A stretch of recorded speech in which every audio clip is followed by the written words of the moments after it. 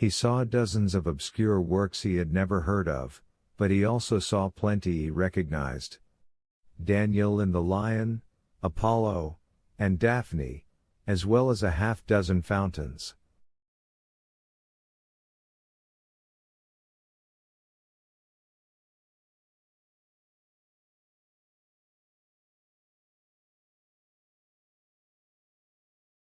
When he saw the fountains, his thoughts skipped momentarily ahead. Water. He wondered if the fourth altar of science was a fountain. A fountain seemed a perfect tribute to water.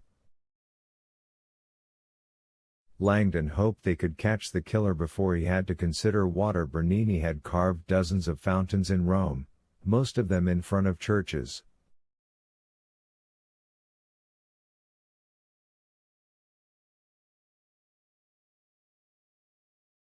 Langdon turned back to the matter at hand. Fire. As he looked through the book, Vittoria's words encouraged him. You were familiar with the first two sculptures.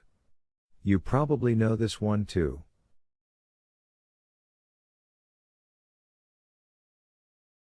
As he turned to the index again, he scanned for titles he knew. Some were familiar, but none jumped out. Langdon now realized he would never complete his search before passing out, so he decided, against his better judgment, that he would have to take the book outside the vault. It's only a ledger, he told himself.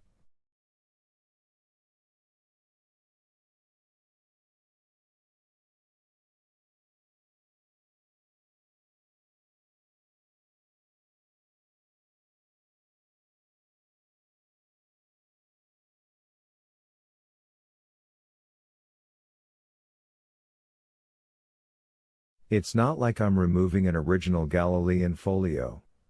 Langdon recalled the folio in his breast pocket and reminded himself to return it before leaving.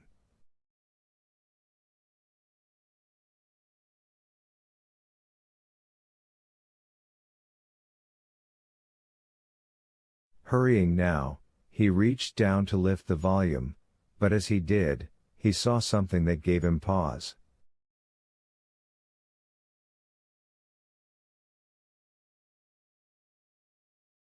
Although there were numerous notations throughout the index, the one that had just caught his eye seemed odd.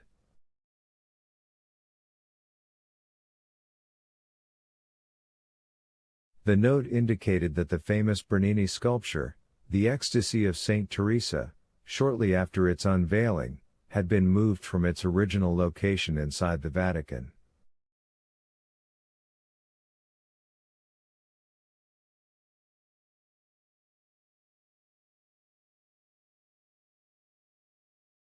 This in itself was not what had caught Langdon's eye. He was already familiar with the sculpture's checkered past.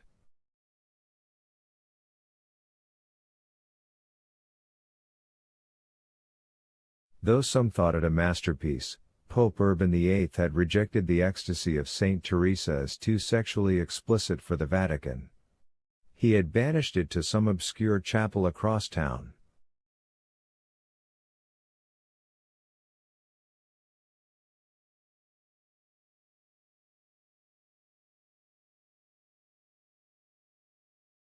What had caught Langdon's eye was that the work had apparently been placed in one of the 5 churches on his list.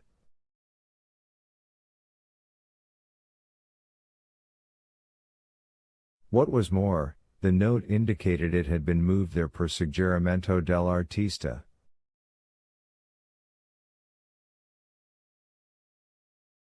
By suggestion of the artist? Langdon was confused. It made no sense that Bernini had suggested his masterpiece be hidden in some obscure location.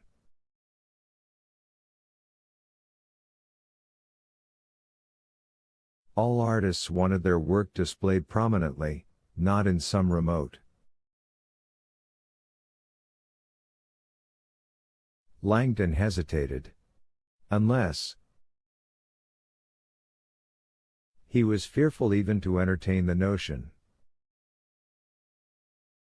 Was it possible?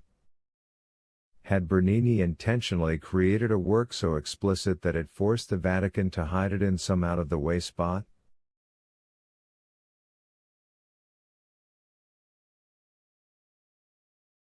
A location perhaps that Bernini himself could suggest?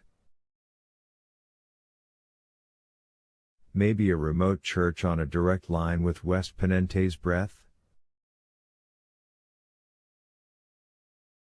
As Langdon's excitement mounted, his vague familiarity with the statue intervened, insisting the work had nothing to do with fire.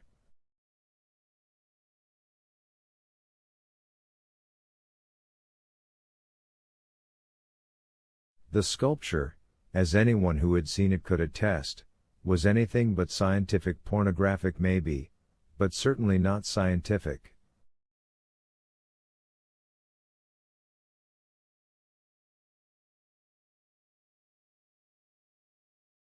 An English critic had once condemned the ecstasy of Saint Teresa as the most unfit ornament ever to be placed in a Christian church.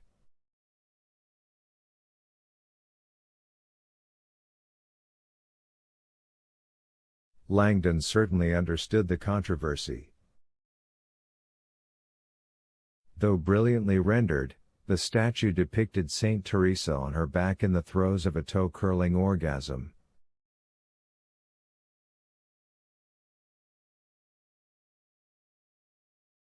Hardly Vatican fare. Langdon hurriedly flipped to the ledger's description of the work. When he saw the sketch, he felt an instantaneous and unexpected tingle of hope.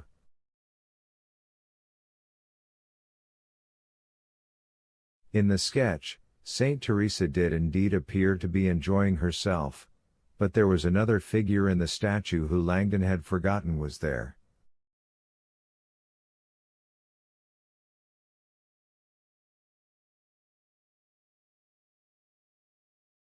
An angel.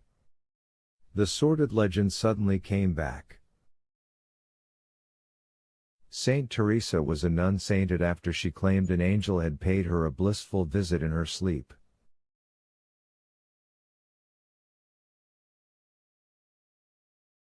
Critics later decided her encounter had probably been more sexual than spiritual.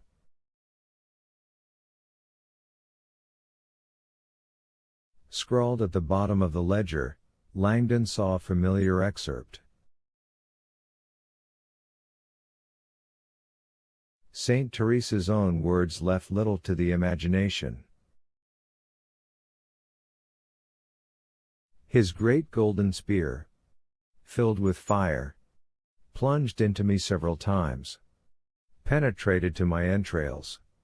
A sweetness so extreme that one could not possibly wish it to stop.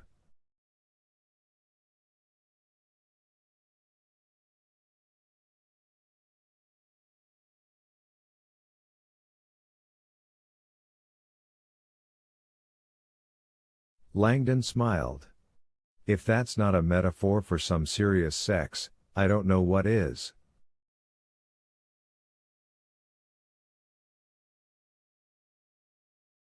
He was smiling also because of the ledger's description of the work.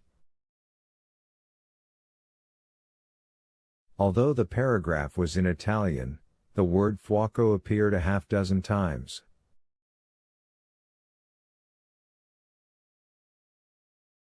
Angel's spear tipped with point of fire, angel's head emanating rays of fire, woman inflamed by passion's fire.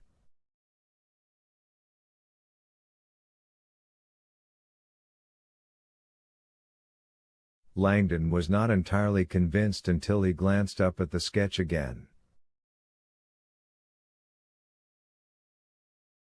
The angel's fiery spear was raised like a beacon, pointing the way. Let angels guide you on your lofty quest.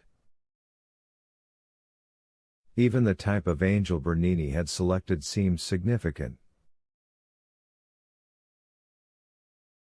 It's a seraphim, Langdon realized.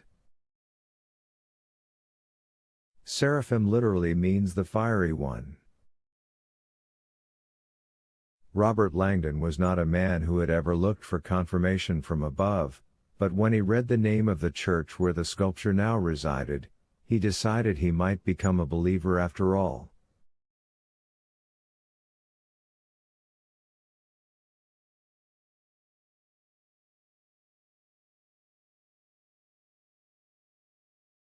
Santa Maria della Vittoria.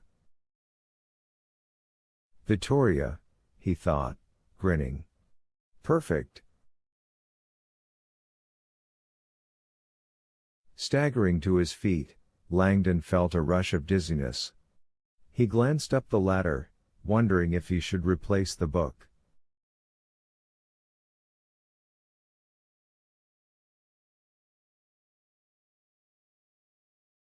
The hell with it, he thought. Father Jackie can do it.